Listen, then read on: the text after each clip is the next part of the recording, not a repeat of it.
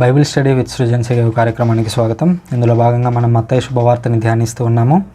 మనం గత 2 అధ్యాయాలుగా మత్తయి శుభవార్త 12వ అధ్యాయంలోని పలు అంశాలను నేర్చుకున్నాము. ఇప్పుడు 12వ అధ్యాయంలో 3వ పార్ట్ గురించి నేర్చుకుపోతున్నాం. 3వ పార్ట్లో మనకు అనేక విషయాలు ఉన్నాయి. ప్రత్యేకించి 38వ వచనం నుంచి చూసినట్లయితే 42వ వచనం వరకు కూడా యోనా ప్రవక్త యొక్క చిహ్నాన్ని మనం చూస్తూ ఉన్నాము. దీని బ్యాక్గ్రౌండ్ మనం పరిశీలించినట్లయితే మొదటగా యేసుక్రీస్తు అద్భుతాలు చేస్తూ ఉన్నాడు. అద్భుతాలు చేసేటువంటి క్రమంలో ఆయన్ని పరిచయులు క్వశ్చన్ చేశారు. సబ్బాత్ రోజున నువ్వు ఈ పని చేయవచ్చా, లేదంటే యేసుక్రీస్తు దెయ్యాలను వదలగొడితే ఈ విధంగా నువ్వు దెయ్యాల సాయంతో దెయ్యాలను వదలగొడుతున్నావు అనేటువంటి పలు అంశాల గురించి వాళ్ళు క్వశ్చన్ చేశారు. ఆ క్వశ్చన్ చేసిన తరువాత యేసుక్రీస్తు అనేక విషయాలను చెప్పాడు. ఉదాహరణకు, నేను విశ్రాంతి దినమునకు అధిపతిని అన్నాడు. ఆ తర్వాత ఇదిగో నా సేవకుడు అని యెషయా ప్రవక్త చెప్పినటువంటి ఆ మాటలు అక్కడ నెరవేరినట్లుగా మనం చూస్తూ ఉన్నాము. ఆ తర్వాత ఇంకా చూసినట్లయితే, ఇదిగో దేవుని రాజ్యం మీ దగ్గరకు వచ్చిందని గుర్తించండి, ఎందుకంటే నేను దేవుని ఆత్మ వలన దెయ్యాలను వదలగొడుతున్నాడు అని చెప్పాడు. ఈ విషయాలన్నీ పరిశీలించినప్పుడు ఆ పరిచయులకు కొంచెం ఎలిగింది. ఏమని, ఇతను రాబోయేటువంటి వ్యక్తి ఇతనే, ఈ మెస్సయ్య ఇతనే అనేటువంటి కొంత ఆలోచన వారిలో వచ్చింది. ఆ వచ్చినప్పుడు వాళ్ళు ఏమని ప్రశ్నిస్తున్నారు చూడండి. యేసుక్రీస్తుని 38వ వచనంలో అంటున్నారు, బోధకుడా నీవు ఒక గుర్తును చూపవాలని మేము కోరుచున్నాము అనేది.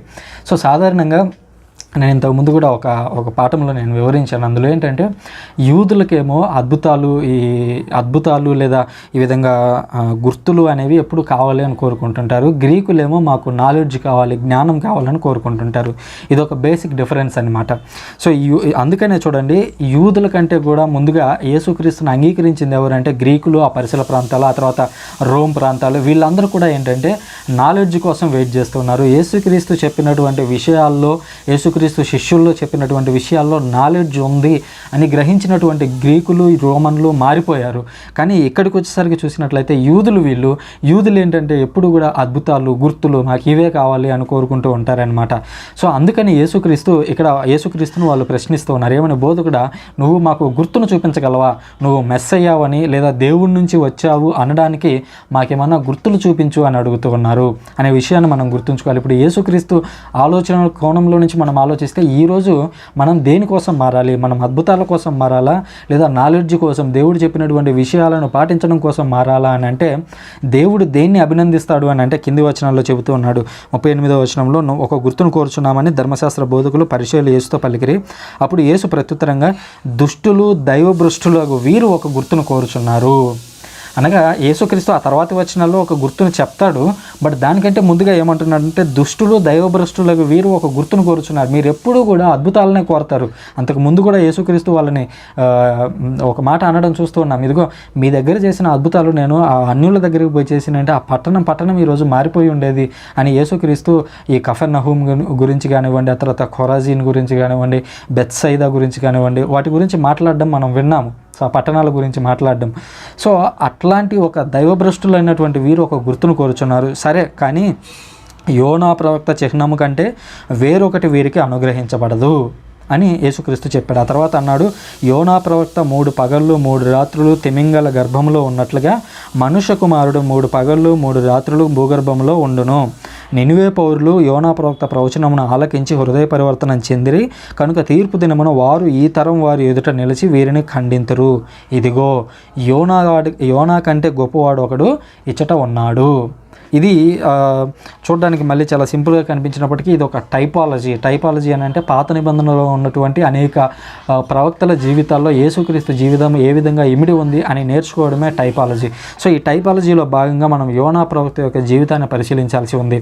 సో మీరు యోనా ప్రవక్త, మీకు టైం ఉంటే ఇక్కడ వీడియోని ఆపి యోనా ప్రవక్త గ్రంథాన్ని గట్టిగా, అది చిన్నదే ఉంటుంది, 3-4 పేజీలు కూడా ఉండదన్నమాట. సో మీరు దాన్ని చదవడానికి ప్రయత్నించండి. నేను మొత్తంగా సారాంశం చెప్తాను.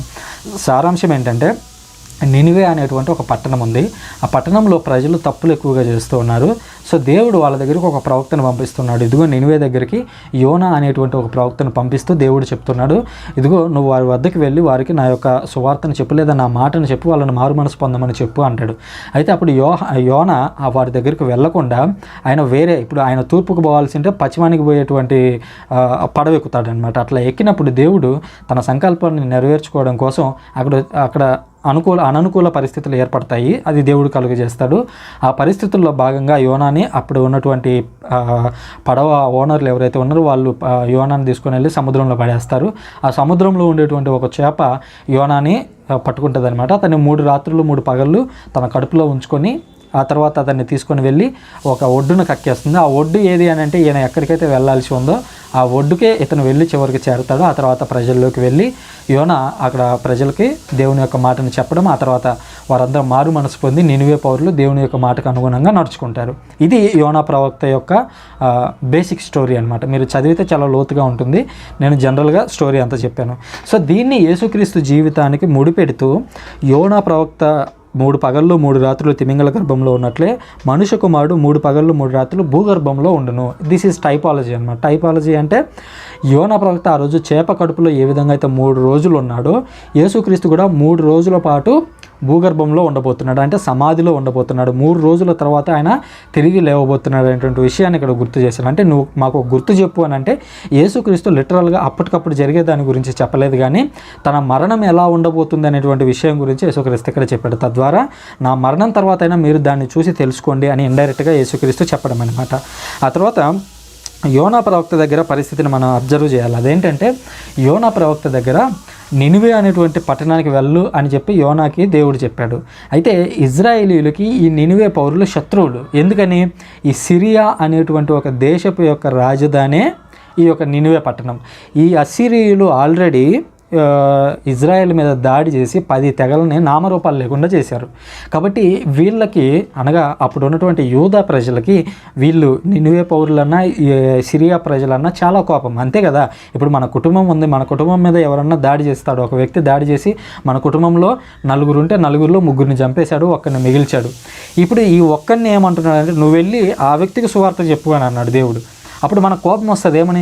నా కుటుంబంలో వాడు 3 చంపాడు, 3 చంపితే నేను వాడి దగ్గరికి వెళ్ళి మళ్ళీ దేవుని సువార్త చెప్పాలనా అని చెప్పి ఆ దారిలో వెళ్లకుండా యోనా ఇంకో దారిలో వెళ్ళిపోయాడు. ఎందుకంటే అతనికి వాళ్ళకి వెళ్ళి సువార్త చెప్పడం ఇష్టం లేదు. యాక్చువల్గా వాళ్ళు నశించాలని కోరుకుంటున్నాడు. దేవుడు ఏమంటున్నాడు? నినివే పౌరులు రక్షింపబడాలని దేవుడు కోరుకుంటుంటే ఈ యోనా ఏమని కోరుకుంటున్నాడు? యోనా కానివ్వండి, అప్పుడు ఉన్నటువంటి ప్రజలు, ఇజ్రాయెల్ ప్రజలు మొత్తం వాళ్ళ ఆలోచన ఏంటి?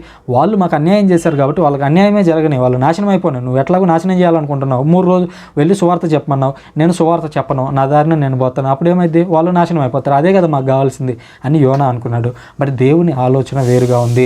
దేవుడు ఏమనుకున్నాడంటే అన్యులను కూడా రక్షించాలి అని అనుకున్నాడు. కాబట్టి నినివే దగ్గరికి అల్టిమేట్గా యోనాని ఏదో ఒక రకంగా చేర్చాడు. అయితే దీని మీద ఒక రకమైనటువంటి భిన్నాభిప్రాయం ఉంది. అదేంటంటే యోనా ప్రవక్త నిజంగానే 3 రోజుల పాటు నిజంగానే చేప కడుపులో ఉన్నాడా అనేది ఒక నిర్వివాదాంశం. దాని మీద నేను ఆల్రెడీ ఒక ఫుల్ ఫ్లెడ్జ్డ్ వీడియో చేశాను, దాన్ని పైన కార్డులో లింక్ ఇస్తాను, చూడండి. చూసిన తర్వాత కొంచెం అంటే మీ ఆలోచన బ్రాడ్నెస్ అనేది పెరుగుతుంది. మీ ఆలోచన మార్చండి లేదా మారండి అని నేను అనను, కానీ మీరు అది చూస్తే మీ ఆలోచన పరిధి అనేది విస్తరిస్తుందని మాత్రం ఖచ్చితంగా చెప్పగలను. ఆ వీడియో లింక్ నేను పైన ఇస్తాను. అతను నిజంగానే చేప కడుపులో పడ్డాడా లేదా అనేది ఆ వీడియోలో నేను వివరించాను అనమాట. సో ఇక్కడ చూసినట్లయితే టైపాలజీలో భాగంగా మనం గమనించినట్లయితే యేసుక్రీస్తు గత 2-3 అధ్యాయాలుగా అన్యులని పొగుడుతూ రావడం మనం చూస్తాం. ఇప్పుడు శతాధిపతి ఉన్నాడు, అతను రోమన్. అక్కడ శతాధిపతి చాలా ఎక్కువ విశ్వాసాన్ని చూపించాడు. ఆ తర్వాత తూరు సీదోను పట్టణాలు, అన్యులు జీవించేటువంటి ప్రాంతాలు, వారి గురించి కొంచెం పాజిటివ్గా మాట్లాడడం చూసాం. ఆ తర్వాత సొదొమ గొమొర్రా గురించి పాజిటివ్గా మాట్లాడడం చూసాం. ఎందుకంటే కఫర్నహూంలో ఉన్నటువంటి ప్రజల కంటే కూడా సొదొమ గొమొర్రాలో ఉన్న వాళ్ళు ఇంకా బెటర్ అని యేసుక్రీస్తు చెప్పడం మనం చూస్తున్నాం. ఇంకా తీర్పు దినాన వాళ్ళు ఇక్కడికి వచ్చి ఖండిస్తారని చెప్పి కూడా యేసుక్రీస్తు అన్నాడు. తద్వారా ఇద్దరి మధ్య పోలిక చూపిస్తూ ఉన్నాడు. అన్యులు ఎవరైతే ఉన్నారో వారు మీకంటే ఇంకా బెటర్గా ఉన్నారు, మేము అబ్రహాము కుమారులు అని చెప్పుకుంటూ మీకు ఇంకా స్ట్రైట్గా ఒక కఠినమైనటువంటి మాటలు చెప్పాలంటే మీకు బలుపెక్కింది, మీకు కొవ్వెక్కింది, మీరు కొవ్వెక్కి దేవుని మాటలను వినడం మానుకున్నారు. బట్ అన్ని జనులు ఎవరైతే ఉన్నారో వాళ్ళు ఇంకా తగ్గింపు గుణంతో ఉన్నారు, వారి వద్దకు నేను వెళ్తే వారు వెంటనే స్వీకరించడానికి సిద్ధంగా ఉన్నారని యేసుక్రీస్తు చెప్పడం మనం చూస్తున్నాం. దీనికి లిటరల్గా కూడా పాజిబుల్ అయింది. ఇప్పటికీ కూడా యూదులు యేసుక్రీస్తుని అంగీకరించలేదు. బట్ అన్యులు చూడండి, ఏది ఇజ్రాయెల్లో ఉన్నటువంటి ఆ పరిసర ప్రాంతాల్లో ఉన్నటువంటి అన్యుల దగ్గర నుంచి ఈరోజు భారతదేశంలో ఉన్నటువంటి నీ వరకు నా వరకు కూడా యేసుక్రీస్తుని అంగీకరించాం. మనమంతా అన్యులమైనప్పటికీ కూడా యేసుక్రీస్తుని అంగీకరించామనే విషయాన్ని మనం ఇక్కడ గుర్తించాల్సి ఉంది. తద్వారా దేవుడు ఆ రోజు ఉన్నటువంటి వారిని పక్కన పెట్టి, అనగా ఇజ్రాయేలీలు దేవుని మాటను వినకపోవడంతో వాళ్ళు మొదటివారు, యాక్చువల్గా మొదటివారు కడపటివారు అయ్యారు. కడపటివారు అనేటువంటి అన్యులు ఇప్పుడు మొదటివారు అయినట్లుగా చూస్తూ ఉన్నాం. తద్వారా యోనా ప్రవక్త అప్పుడు ఏదైతే చేశాడో 3 రోజుల పాటు ఎలాగైతే ఉన్నాడో 3 రోజుల పాటు మనుష్య కుమారుడు కూడా అలాగే ఉంటాడు. అదేవిధంగా యోనా ప్రవక్త ఏ విధంగా అయితే తన మనసు మార్చుకొని వెళ్ళి మొదటగా వెళ్ళడం ఇష్టం లేదు, బట్ తర్వాత మనసు మార్చుకుని వెళ్ళి నినివే పౌరులకు చెప్పి వారిని హృదయ పరివర్తనం చెందించి దేవుని వైపుగా మరల్చాడు. అదేవిధంగా ఇప్పుడు నా శిష్యులు నేను కలిసి నా బోధనలను భూమి యొక్క అంచుల వరకు తీసుకెళ్తాము, అన్యజనులకు మేము సువార్తను బోధిస్తాము, అన్యజనులను దేవుని రక్షణలోకి తీసుకొస్తామని చెప్పి యేసుక్రీస్తు ఇక్కడ చెప్పడం మనం చూస్తున్నాం. ఇది యోనాకి యేసుక్రీస్తుకు మధ్య ఉన్నటువంటి టైపాలజీ. తద్వారా యోనా జీవితంలో యేసుక్రీస్తు ఏ విధంగా ఒక ముందు చూపుగా మనకు కనిపిస్తున్నాడు అనేది మనకు దీని ద్వారా అర్థమవుతుంది. ఇంకా అంటున్నాడు, నినివే పౌరులు యోనా ప్రవక్త ప్రవచనములు ఆలకించి హృదయ పరివర్తన చెందిరి కనుక తీర్పు దినమున వారు ఈ తరం వారి ఎదుట నిలిచి వారికి తీర్పు తీరుస్తారని చెప్పడం మనం చూస్తూ ఉన్నాము. సో ఇక్కడ నుంచి మనం నేర్చుకోవాల్సినటువంటి విషయం ఏమిటంటే, మనము ఎప్పుడైతే దేవుని సువార్త అనేది మన దగ్గరకు వచ్చిందో మనం మారాలి, మనం హృదయ పరివర్తన చెందాలి. హృదయ పరివర్తన చెందడము అని అంటే మనము ఇతరులకి అన్యాయం చేయకుండా దేవుని యొక్క రాజ్యంలో దేవుడు ఎలాగైతే నైతిక నియమాలతో జీవించాలని కోరుకుంటాడో ఆ నైతిక నియమాలతో మనం జీవించడం ద్వారా ఆ రాజ్యాన్ని మనం ఇక్కడ ప్రతిష్ఠింప చేయగలమనేటువంటి విషయాన్ని మనం ఇక్కడ గుర్తించాల్సి ఉంది.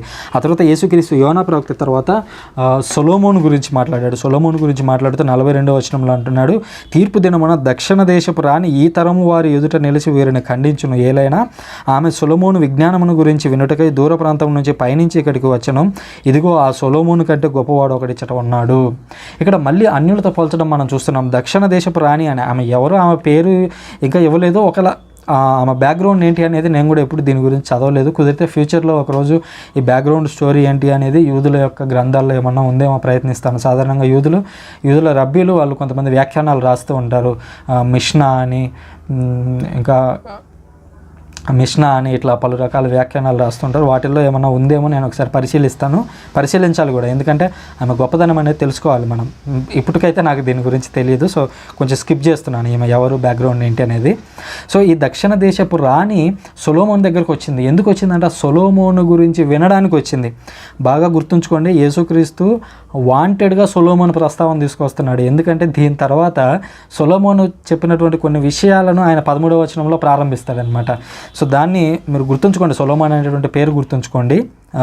రాబోయేటువంటి అధ్యాయంలో మనం ప్రారంభం ఈ సొలొమోనుతోనే ప్రారంభమవుతుంది. సో సొలొమోను చెప్పేటువంటి బోధలు వినడానికి, ఎందుకంటే దేవుడు సొలొమోనుకి అత్యంత గొప్ప నాలెడ్జ్ ఇచ్చాడు. సో ఆ నాలెడ్జ్ గురించి వినటానికి దక్షిణ దేశపు రాణి ఇక్కడికి వచ్చింది. జాగ్రత్తగా గమనించండి, దక్షిణ దేశపు రాణి సొలొమోను దగ్గరికి అద్భుతాల కోసం రాలేదు. సొలొమోన్కి ఆల్రెడీ అద్భుతాలు చేయడం వచ్చు. ఎక్సోర్సిజం అని మనం లాస్ట్ అధ్యాయంలో ఆల్రెడీ మాట్లాడుకున్నాం. సొలొమోన్ ఎక్సోర్సిజం, దెయ్యాలను వదలగొట్టగలడు, అదేవిధంగా మూలికలను ఉపయోగించి మందులను తయారు చేయడం అతనికి తెలుసు, ఎందుకంటే దేవుడు అతనికి ఆ జ్ఞానం ఇచ్చాడు.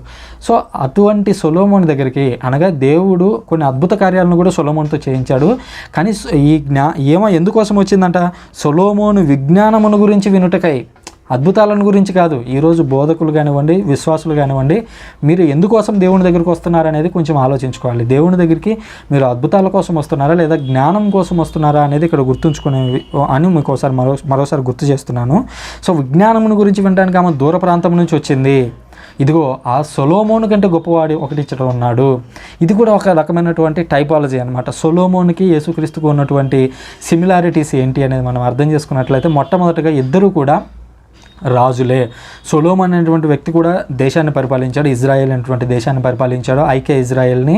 యేసుక్రీస్తు అనేటువంటి వ్యక్తి సమస్త రాజ్యాన్ని పరిపాలిస్తున్నాడు, సమస్త భూలోక పరలోక రాజ్యాలను పరిపాలిస్తూ ఉన్నట్లుగా మనం చూస్తూ ఉన్నాము. ఇది ఇద్దరి మధ్య ఉన్నటువంటి ఒక పోలిక. రెండో పోలిక ఏంటంటే, ఇద్దరు కూడా దావీదు కుమారులుగా ఇద్దరు పిలువబడ్డారు.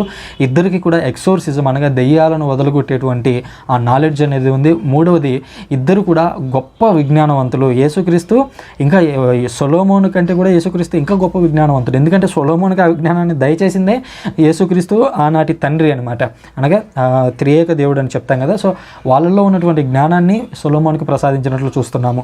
సో తద్వారా ఇద్దరి మధ్య ఒక పోలిక అనేది మనం చూస్తున్నాము. ఇంకా చూసినట్లయితే సొలొమోను యేసుక్రీస్తు మధ్య ఇంకొక గొప్ప పోలిక ఏంటంటే, సొలొమోను తన తల్లిని హైలైట్ చేశాడు. దావీదు తర్వాత సొలొమోను తాను రాజుగా ప్రతిష్ఠితం అయిన తర్వాత తల్లిని తన చైర్ వేసుకొని తన పక్కన కూర్చోబెట్టుకున్నాడు. ఆమెకి ఇంపార్టెన్స్ ఇచ్చాడు, ఆమెను గౌరవించాడు. సో ఇక్కడ చూసినట్లయితే యేసుక్రీస్తు కూడా తన యొక్క తల్లిని అనగా మరియ తల్లిని పరలోకానికి తీసుకువెళ్ళినట్లుగా దర్శన గ్రంథం అనగా ప్రకటన గ్రంథం 12వ అధ్యాయంలో మనం చూస్తున్నాం. ఆమెకు అక్కడ పరలోక భూలోక రాజ్ఞిగా ఆమెను అభిషేకించడాన్ని మనం చూస్తున్నాం. తద్వారా సొలొమోను యేసుక్రీస్తు జీవితాల్లో ఏ విధంగా వారు ఇద్దరు కూడా తమ యొక్క తల్లులను ఏ విధంగా గౌరవించారు. ఈరోజు కథోలికులు మరియ తల్లిని గౌరవిస్తూ ఉన్నారంటే దాని మూలాలు కేవలం ఇక్కడ కొత్త నిబంధనలో లేవు. పాత నిబంధనలో సొలొమోన్ రాజు కూడా తన తల్లిని ఎంత గొప్పగా గౌరవించాడు. ఇజ్రాయేల్ పౌరులందరికీ ఆమెను ఒక తల్లిగా పరిచయం చేశాడు. సో అట్లాగే యేసుక్రీస్తు కూడా ఇక్కడ మరియ తల్లిని కథోలికులు కావచ్చు, ప్రొటెస్టెంట్లు కావచ్చు, భూలోక వాసులందరికీ తల్లిగా ప్రసాదించినట్లుగా మనం చూస్తున్నాం. ఇది వారిద్దరి మధ్య ఉన్నటువంటి ఒక టైపాలజీ. అయితే యేసుక్రీస్తు కింద అంటున్నాడు, సొలొమోను కంటే ఒక గొప్పవాడు ఒకటి ఇచ్చట ఉన్నాడు. మీరు సొలొమోనునే గొప్పగా భావించాల్సిన పని లేదు. ఎందుకంటే సొలొమోను కంటే గొప్పవాడు ఒకటి ఇచ్చట ఉన్నాడు. ఎందుకంటే అతను కేవలం ఇజ్రాయెల్ని మాత్రమే పరిపాలిస్తే, ఇదిగో నేను ప్రపంచం మొత్తాన్ని పరిపాలిస్తున్నాను, ఇదిగో అతను దెయ్యాలను వదలగొడితే నేను ఇంకా అనేక రకమైనటువంటి స్వస్థతలు కూడా ఇచ్చాను, ఇదిగో సొలొమోను అనేటువంటి వ్యక్తి జ్ఞానాన్ని దేవుడి నుంచి పొందితే ఆ జ్ఞానాన్ని ఇచ్చింది నేనే అనేటువంటి విషయాన్ని యేసుక్రీస్తు ఇక్కడ గుర్తు చేస్తున్నాను. తద్వారా సొలొమోను కంటే నేను గొప్పవాడిని అని యేసుక్రీస్తు ఇక్కడ స్పష్టం చేయడం చూస్తున్నాను. తద్వారా యేసుక్రీస్తు అక్కడ ఉన్నటువంటి పరిచయులకు ఒక గుర్తునిస్తూ ఉన్నాడు. నేను రాజుని, నేను మెస్సయ్యాని. ఆ రోజు సొలొమోను కేవలం ఐక్య ఇజ్రాయెల్ని మాత్రమే, 2 ప్రాంతాలను మాత్రమే పాలించాడు. ఇదిగో నేను ప్రపంచం మొత్తాన్ని ఆల్రెడీ పాలిస్తున్నాను. మెస్సయ్య అనేటువంటి వ్యక్తి ఆల్రెడీ ప్రపంచం మొత్తాన్ని పాలిస్తాడు. అయితే మెస్సయ్య యొక్క రాజ్యం ఏంటంటే భౌతికంగా యుద్ధాలు చేసి ప్రపంచ రాజ్యాలను జయించడం కాదు, పాపం అనే దాని మీద యుద్ధం చేసి దాని మీద గెలవటం అనేదే మెస్సయ్య యొక్క ప్రధాన ఉద్దేశం అని యేసుక్రీస్తు ఇండైరెక్ట్గా పరిచయులకు చెప్తున్నట్లుగా మనం చూస్తూ ఉన్నాము. ఇది యోనా తర్వాత సొలొమోను యొక్క ప్రవక్తల యొక్క చిహ్నాలు, టైపాలజీలకు సంబంధించినటువంటి విషయం. 12వ అధ్యాయంలో 43వ వచనం నుంచి 45వ వచనం వరకు చూసినట్లయితే దుష్టాత్మ వలన దుర్దశ అనేటువంటి అంశం గురించి యేసుక్రీస్తు వివరిస్తున్నాడు. దాన్ని చదువుదాం ఒకసారి. దుష్టాత్మ ఒక మనుష్యుని విడిచిపోయినప్పుడు అది నిర్జన ప్రదేశములందు సంచరించును, విశ్రాంతి స్థలమునకై అది వెదుకును, అది దొరకనప్పుడు నేను విడిచి వచ్చిన నా ఇంటికి తిరిగిపోదును అని పలుకును. వచ్చి చూడగా ఆ ఇల్లు నిర్మానుష్యమై శుభ్రపరపబడి సక్రమంగా అమర్చబడి ఉండెను. అప్పుడు అది పోయి తనకంటే దుష్టులైన మరి 7 ఆత్మలను కూర్చుకొని వచ్చి లోపల ప్రవేశించి నివాసం ఏర్పరచుకొనును. ఆ కారణం చే ఆ మనుషుని యొక్క పూర్వపు స్థితి తదుపరి స్థితి కంటే హీనముగా ఉండను. ఇట్లే ఈ దుష్ట సంతతి వారికి సంభవించును అని పలికెను. దీంట్లో మనం చాలా కీలకంగా గమనించాల్సిన విషయం ఏంటంటే, ఇక్కడ దుష్టాత్మ అని యేసుక్రీస్తు మాట్లాడుతున్నాడంటే లిటరల్గా ఆత్మల గురించి మాట్లాడట్లేదు, దెయ్యాల గురించి మాట్లాడట్లేదు. ఇక్కడ యేసుక్రీస్తు పాపం అనేటువంటి అంశం గురించి మాట్లాడుతున్నాడు. ఉదాహరణకి ఇప్పుడు సృజన అనేటువంటి వ్యక్తి ఉన్నాడు. సృజన అనేటువంటి వ్యక్తికి ఒక సిగరెట్ కానీ మందు కానీ తాగే అలవాటు ఉందనుకోండి. నాకు లేదు యాక్చువల్గా, నేను చెప్తున్నాను. నేను తీసుకున్నటువంటి ఒక ఒప్పందం లేదా దేవునితో మాట్లాడుకున్నటువంటి ఒక ఒప్పందం ఏంటంటే, నేను ఏదైనా కొత్త పాపం ఏదైనా చేస్తానేమో కానీ సిగరెట్ మందు మాత్రం నా జీవితంలో ఎప్పుడు కూడా వాటిని ముట్టకూడదు అనేది దేవునికి నేను ఇచ్చినటువంటి లేదా దేవుడి నుంచి నేను పొందినటువంటి ఒక శక్తి అని నేను భావిస్తాను. ఎందుకంటే నా చుట్టూ నేను బీటెక్ నుంచి నేను అబ్జర్వ్ చేస్తున్నాను. నా చుట్టూ ఎంతోమంది ఇట్లా తాగే వాళ్ళు ఉండొచ్చు, వాళ్ళు నాకు ఫ్రెండ్స్ కూడా అయ్యి ఉండొచ్చు. బట్ వాళ్ళ నుంచి నేను ఎప్పుడు కూడా అట్లాంటి అలవాట్లు నేర్చుకోకూడదని దేవుని యొక్క శక్తిని నేను కోరాను. అది కాబట్టి నేను మీకు చెప్పదలుచుకుంటే ఏంటంటే, మీరు ఎవరైనా ఈ వీడియో చూస్తున్న వారిలో ఎట్లాంటి చెడు అలవాట్లు ఉన్నప్పటికీ, మీరు ఇప్పుడు తాగుడు కావచ్చు, పేకాటలు కావచ్చు, లేదా ఇంకా ఏదైనా, అది సిగరెట్ దగ్గర నుంచి మొదలు పెట్టుకుంటే పెద్ద పాపం ఏదైతే ఉందని మీరు భావిస్తారో ఆ పాపం వరకు మీరు ఎట్లాంటి పాపాలతో అయితే ఉన్నారో వాటిని కూడా వదిలేసేయండి. ఎందుకంటే మీరు ఒక్కసారి లాస్ట్ అయ్యారంటే మీ కుటుంబానికి, అది తాగుడు వల్ల లేదా ఇతర ఏ పాపాల వల్ల అయినా సరే, మీరు మీ కుటుంబానికి లాస్ అయ్యారని అంటే మీ పిల్లలు చాలా ఇబ్బంది పడతారు. ఇప్పుడు మేము కూడా మా నాన్న చనిపోయినప్పుడు మేము ఎన్నో బాధలు పడ్డాం. సో వాటన్నిటి నుంచి దేవుడు మమ్మల్ని సంతోషకరంగా విడిపించాడు కాబట్టి ఓకే, మేము పర్లేదు ఇప్పుడు. కాబట్టి మీలో ఏవైనా చెడు అలవాట్లు ఉంటే ఒక తండ్రిగా మీలో ఉన్నటువంటి చెడు అలవాట్లను వెంటనే విడిచిపెట్టండి. వీలైతే ఈ క్షణమే వాటిని వదిలిపెట్టండి. మీ కుమారులు మిమ్మల్ని చూసి గర్వపడాలి, మీ కుమారులు మిమ్మల్ని గురించి ధైర్యంగా చెప్పుకోవాలి. మీలో ఏమైనా చెడు అలవాట్లు ఉన్నట్లయితే వెంటనే మీ పిల్లల కోసం, మీకోసం కాదు, అది యేసుక్రీస్తు కూడా అంటాడు చూడండి, మీకోసం మీ పిల్లల కోసం ఏడవండి, నా కోసం ఏడవద్దు అంటాడు. అట్లాగే మీరు కూడా మీ పిల్లల కోసం మారండి, లేదా మీ భార్య కోసం మారండి. మీ చెడు అలవాట్లను వెంటనే వదిలేసుకోవడానికి ప్రయత్నించండి. ఈ వీడియో చూస్తున్న వాళ్ళు ఎవరైతే ఉన్నారో మీ కుటుంబ సభ్యులకి ఈ విషయాన్ని చెప్పండి, ఈ వీడియోని ఫార్వర్డ్ చేయండి. అప్పుడు వాళ్ళకి తెలుస్తుంది, అరే నా కుమారులు నా గురించి ధైర్యంగా నలుగురిలో చెప్పుకోవాలి. నా గురించి ధైర్యంగా చెప్పుకోవాలంటే నాలో మైనస్ పాయింట్స్ కనిపించకూడదు. నీకు ఉండొచ్చు మైనస్లు, బట్ ఆ తాగుడు అనేటువంటి గుణం బయటకు కనిపిస్తూ ఉంటుంది. అప్పుడు వాళ్ళు నీ గురించి ధైర్యంగా చెప్పుకోలేరు. కానీ నా పిల్లలు నా గురించి ధైర్యంగా చెప్పుకోగలరు. ఎందుకనంటే నేను అట్లాంటి పాపాల జోలికి వెళ్ళను అని ఆల్రెడీ డిసైడ్ అయ్యాను. కాబట్టి నా పిల్లలు నా గురించి ధైర్యంగా చెప్పుకోగలరు, మా నాన్న ఈ పని చెయ్యడు అని వాళ్ళకి వేలెత్తి మరీ చూపించుకోగలరు. ఎందుకంటే ఆ పని నేను చేయను కాబట్టి ఆ విషయాన్ని మీరు మీ కుటుంబంలో పాటించండి. అట్లాంటి పాపాల జోలికి మీరు వెళ్ళొద్దనే విషయాన్ని చెప్తున్నాను. ఇక్కడ యేసుక్రీస్తు చెప్తున్నటువంటి విషయం ఏంటంటే, ఒక పాపం అనేది ఏదైతే ఉందో ఆ పాపం మనలో ఉంటుంది. సృజన్ అనేటువంటి వ్యక్తి ఉదాహరణకి తాగుతున్నాడు అనుకోండి. నేను ఉన్నట్టుండి ఒకరోజు ఒక నిర్ణయం తీసుకున్నాను, ఏమని, ఈ రోజు నుంచి నేను తాగకూడదు అని నిర్ణయం తీసుకున్నాను. బట్ కొద్ది రోజుల తర్వాత ఏమవుతుంది ఆలోచించారా? మీరు మీ రియల్ లైఫ్లో కూడా అబ్జర్వ్ చేయండి. ఎవరైతే తప్పు చేయకూడదు మానుకుందామని ట్రై చేస్తారో వాళ్ళు కొద్ది రోజుల పాటు మానుకున్న తర్వాత అంతకంటే ఘోరమైన స్థితిలో పడిపోతారు. అంతకుముందు రోజుకు ఒక బాటిల్ తాగేవాళ్ళు ఆ తర్వాత రోజుకి 2 బాటిళ్ళు తాగడం స్టార్ట్ చేస్తారు. సో ఇది ఎందుకట్లే హీనమైనటువంటి పరిస్థితి ఏర్పడుతుందంటే యేసుక్రీస్తు ఇక్కడ వివరిస్తున్నాడు. అదేంటంటే ఒక దుష్టాత్మ, దాన్ని దుష్టాత్మతో పోలుస్తున్నాడు, పాపాన్ని దుష్టాత్మతో పోలుస్తూ అంటున్నాడు. ఒక పాపం అనేది ఉంది, ఆ పాపాన్ని మీరు వదిలించుకున్నారు, ఎలాగోలాగా వదిలించుకున్న తర్వాత ఆ పాపం అంట బయటకు వెళ్ళి, లేదా ఆ దుష్టాత్మ అనేది బయటకు వెళ్ళి నిర్జన ప్రదేశంలో సంచరించి విశ్రాంతి స్థలమునకై వెదుకును. అది దొరకనప్పుడు సో అది ఇంకొకరి మీదకి వెళ్దాము అని ప్రయత్నిస్తూ ఉంటుంది ఆ చెడు అలవాటు అనేది. కానీ అది ఎప్పుడైతే బయట అట్లాంటి స్థలం అనేది దొరకదో అప్పుడు ఏం చేస్తుందంట, వెనక్కి తిరిగి వచ్చి నా ఇంటికి పోయేదను అని పలుకుతున్నాను. నా ఇల్లు అంటే ఎవరు? ఆల్రెడీ ఎవరైతే పాత తాగుబోతున్నాడో వాడనమాట. వాడి ఇంటికి వచ్చిన తర్వాత అదేం చేస్తుందంట, ఆ ఇల్లు నిర్మానుష్యమై శుభ్రపరచబడి సక్రమంగా అమర్చబడి ఉండను. సో అన్ని రోజులు తాగుడు అనేటువంటి ఒక చెడు అలవాటు ఉంది, లేదా వ్యభిచారం అనేటువంటి ఒక చెడు అలవాటు ఉంది, లేదా ఇతర ఏమైనా సరే చెడు అలవాట్లు ఉన్నాయి. ఆ చెడు అలవాట్లు వదిలించుకొని వీడు మంచివాడిగా మారి మంచిగా తన జీవితాన్ని నిర్మించుకుంటూ ఉన్నాడు. ఆ నిర్మించుకుంటూ ఉన్నటువంటి క్రమంలోనే ఇది శుభ్రంగా ఉంది అని గ్రహించినటువంటి ఆ సైతాన్ని ఏం చేస్తుందంట, అప్పుడు వచ్చి వాళ్ళలో దూరదంట. అప్పుడు ఏమన్నది మళ్ళీ, అప్పుడు అది పోయి తనకంటే దుష్టులైన మరి 7 ఆత్మలను కూర్చుకొని వచ్చి, అంటే ఒక పాపమే వచ్చు వాడికి, అప్పటి వరకు తాగడం మాత్రమే ఉంది. కానీ ఆ తర్వాత మారి మంచిగా మారి ఆ తర్వాత మళ్ళీ తాగుడు అనేటువంటి వ్యసనానికి లోనయ్యారనుకోండి, అప్పుడు మరింత 7 దుష్టాత్మలు వాడిలోకి వస్తాయని యేసుక్రీస్తు చెప్తున్నాడు. ఇక్కడ మనం లిటరల్గా దెయ్యాలనేటువంటి అర్థం కాదు, వాడు ఎంత చెడిపోతున్నాడు అనేది ఇక్కడ విషయం అనమాట. యేసుక్రీస్తు అంటున్నాడు, అంతకుముందు వాడు ఒక బాటిల్ తాగి సైలెంట్గా పడుకునేవాడు, కానీ ఇప్పుడేమైంది, 7 దుష్టాత్మలు వాడిలోకి ప్రవేశించడం వల్ల ఆ మనుషుని పూర్వపు స్థితి కంటే తర్వాత పరిస్థితి మరింత హీనంగా ఉంది. అప్పటి వరకు వాడు తాగి పడుకుంటున్నవాడు ఆ తర్వాత భార్య పిల్లలను హింసించడం మొదలు పెడతాడు. ఆ తర్వాత సిగరెట్ తాగడం మొదలుపెట్టిన వాడు రోజుకు 1 ప్యాకెట్ తాగేటాడు, అప్పుడు రోజుకి 2 ప్యాకెట్లు చేస్తాడు. ఇంకా ఏ వ్యసనాలు అయితే ఉన్నాయో అప్పటి వరకు కొంతమందికి ఈ బెట్టింగ్ పెట్టేటువంటి ఆలోచన ఉంటుంటాయి, పేకాటలు ఆడేటువంటి వ్యసనాలు ఉంటాయి. ఇట్లాంటి వ్యసనాలన్నింటిలో కూడా వాడు అప్పటి వరకు వాడి జీతంలో మిగిలిన దాన్ని ఆటకు తీసుకెళ్తాడు. తర్వాత నుంచి వాడి కుటుంబ ఖర్చులకి పణంగా పెట్టి వాడు ఆటకు తీసుకెళ్ళటం మొదలు పెడతాడు. ఈ విధంగా ఎప్పుడైతే ఒక వ్యక్తి మంచిగా మారతాడో, మారిన తర్వాత తనను తాను ఎంత జాగ్రత్తగా పరిశీలించుకోవాలంటే ఆ పాపంలో పడకుండా నిరంతరం జాగరూకతతో ఉండాలి. ఒకవేళ మళ్ళీ పొరపాటున తిరిగి దాంట్లో పడ్డాడా, అది అంతకు ముందు కంటే హీనమైనటువంటి పరిస్థితి ఏర్పడుతుంది. ఆ తర్వాత పరిస్థితి ఎంత ఘోరంగా మారుతుందంటే ఈవెన్ ఆ పాపాల వల్ల ఆ వ్యక్తి మరణించినా కూడా ఆశ్చర్యపోవాల్సినటువంటి పని లేదు. కాబట్టి మీరు ఎప్పుడైనా సరే మారినప్పుడు చాలా జాగ్రత్తగా ఉండండి, ఎందుకంటే ఆ తర్వాత పరిస్థితులు మరింత ఘోరంగా ఉంటాయి. ఎందుకంటే సైతాన్ని అంత ఈజీగా వదిలిపెట్టడు. మీరు మంచిగా మారడం వాడికి నచ్చదు కాబట్టి వాడిని మరింతగా మిమ్మల్ని నాశనం చేయడానికి ప్రయత్నిస్తాడు అనేటువంటి విషయం చెబుతూ, ఇట్లే ఈ దుష్ట సంతతి వారికి సంభవించును.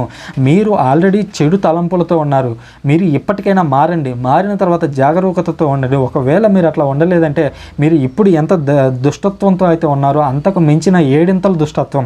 సాధారణంగా బైబిల్లో 7 అనేది పరిపూర్ణ సంఖ్య. అంటే 7 అంటే అది అంతటితో పూర్ణమైపోయింది, అందులో ఇంకా ఏ లోటు లేదనేది అక్కడ అభిప్రాయం అనమాట.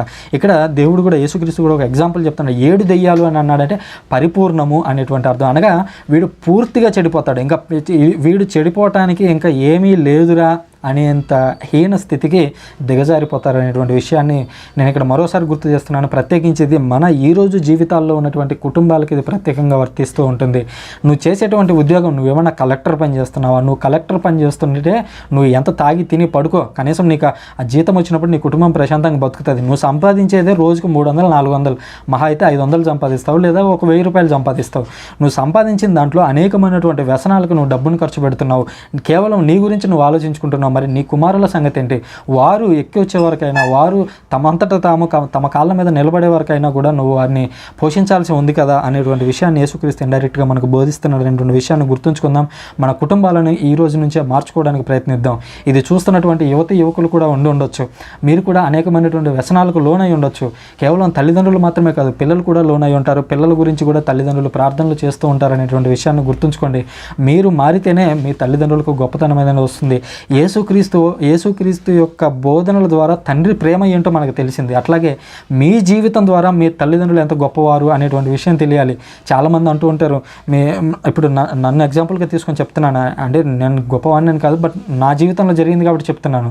ఇప్పుడు నన్ను చూసిన వాళ్ళు చాలామంది అంటారు, మీ తల్లిదండ్రులు ఎంత అదృష్టవంతులు బ్రదర్, మీరు చాలా మంచి విషయాలు మాకు చెప్తున్నారు కదా అని చాలామంది అనడం విన్నాను. ఈవెన్ కామెంట్స్లో కూడా రాస్తూ ఉంటారు.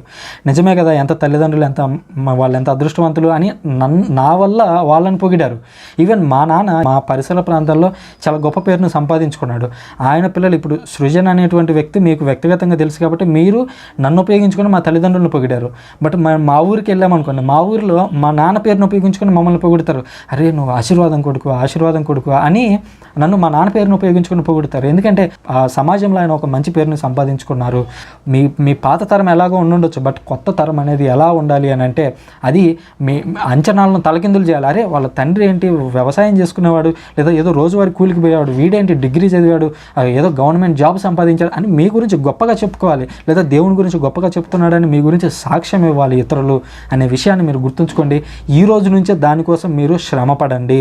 ఇటు తల్లిదండ్రులైనా ఇటు యువకులైనా మీరు ఖచ్చితంగా మీ గురించి మీరు ప్రార్థన చేయడం ప్రారంభించండి. అదేవిధంగా మారడానికి ప్రయత్నించండి. మారి మంచి దిశలోగా మారేలాగా మీరు ప్రయత్నాలు కొనసాగించండి ఈ రోజు నుంచి అనే విషయాన్ని మీకు మరోసారి గుర్తు చేస్తున్నాను. ఇంకా గమనించినట్లయితే 46వ వచనం నుంచి 50వ వచనం వరకు యేసుక్రీస్తు ఆత్మబంధువులు అనేటువంటి అంశం గురించి మాట్లాడుతున్నాడు. ఇట్లా యేసుక్రీస్తు ఈ విషయాలను ప్రజలకు బోధిస్తున్నటువంటి క్రమంలో ఆయన తల్లి మరియయు ఆ తర్వాత ఇతరుల సోదరులు అచ్చటకు వచ్చి ఆయనతో సంభాషింపగోరు వెలుపల నిలబడి ఉంటే అప్పుడు ఒకరు వచ్చి యేసుక్రీస్తు దగ్గరికి వచ్చి చెప్తున్నా, మీ తల్లి సోదరులు బయట మీతో మాట్లాడడానికి వేచి ఉన్నారని చెప్తే అప్పుడు యేసుక్రీస్తు అంటున్నాడు, నా తల్లి ఎవరు, నా సోదరులు ఎవరు అని శిష్యుల వైపు చూస్తూ వీరే నా తల్లి నా సోదరులు అని చెప్పాను. మరియు పరలోకమందున్న నా తండ్రి చిత్తమును నెరవేర్చువారు నా సోదరుడు, నా సోదరి, నా తల్లి అని పలికెను.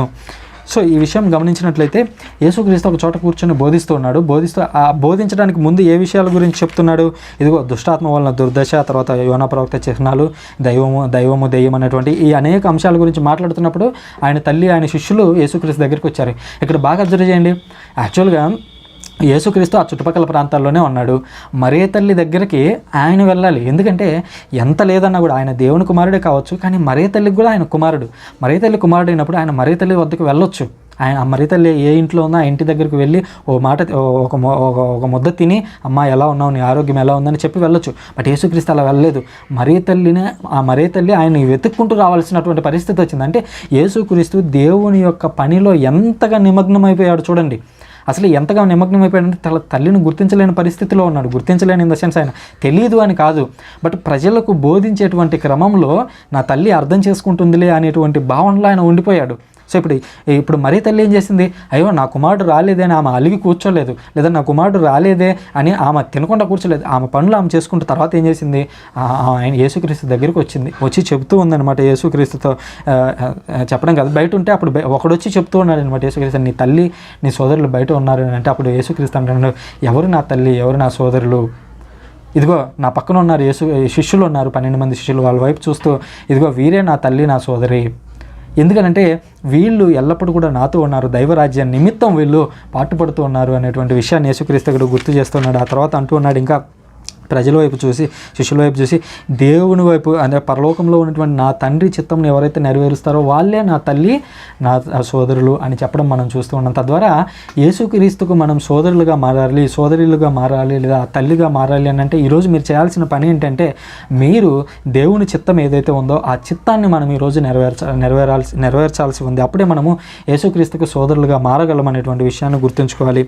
ఈ మాటలో ఇంకొక విషయాన్ని కూడా మీకు స్పష్టం చేస్తాను. అదేంటంటే సోదరులు, ఈ మాటను చదివినప్పుడు మీ తల్లి మీ సోదరులు ఇక్కడ ఉన్నారు అని అంటే యేసుక్రీస్తు తన తల్లిని పట్టించుకోలేదు అన్నట్లుగా చెప్తారు. సాధారణంగా యూదుల్లో ఉన్నటువంటి ఒక ముఖ్యమైనటువంటి ఆజ్ఞ ఏంటంటే ఒకటి దేవుణ్ణి ప్రేమించడం, అయితే రెండోది తల్లిదండ్రులని గౌరవించడం. సో యేసుక్రీస్తు ఇక్కడ ఆజ్ఞను మీరాడు అని నేను అనుకోవట్లేదు, ఉల్లంఘించాడని నేను అనుకోవట్లేదు. ఆ మాట చెప్పిన తర్వాత స్ట్రైట్గా బయటికి వెళ్ళి, ఎందుకంటే చూడండి ఆ తర్వాత ఈ శిష్యులు వచ్చి కలిసిన తరువాత యేసుక్రీస్తు ఆ అధ్యాయంలో ఇంకేం మాటలు చెప్పలేదు. ఆ తర్వాత సముద్ర తీరానికి వెళ్ళినట్లుగా చూస్తున్నాం. అంటే అక్కడ కూర్చొని ఇంకే విషయాలు చెప్పలేదు.